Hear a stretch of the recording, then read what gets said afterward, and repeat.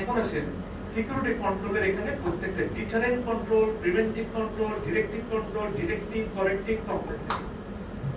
দেখেন deterrent control আমরা যে লেখা থাকে না ওই যে সামনে বিপজ্জনক, এদিকে যায়েন না, হ্যাঁ হ্যাঁ কশন, তারপর হচ্ছে ঝুঁকিপূর্ণ,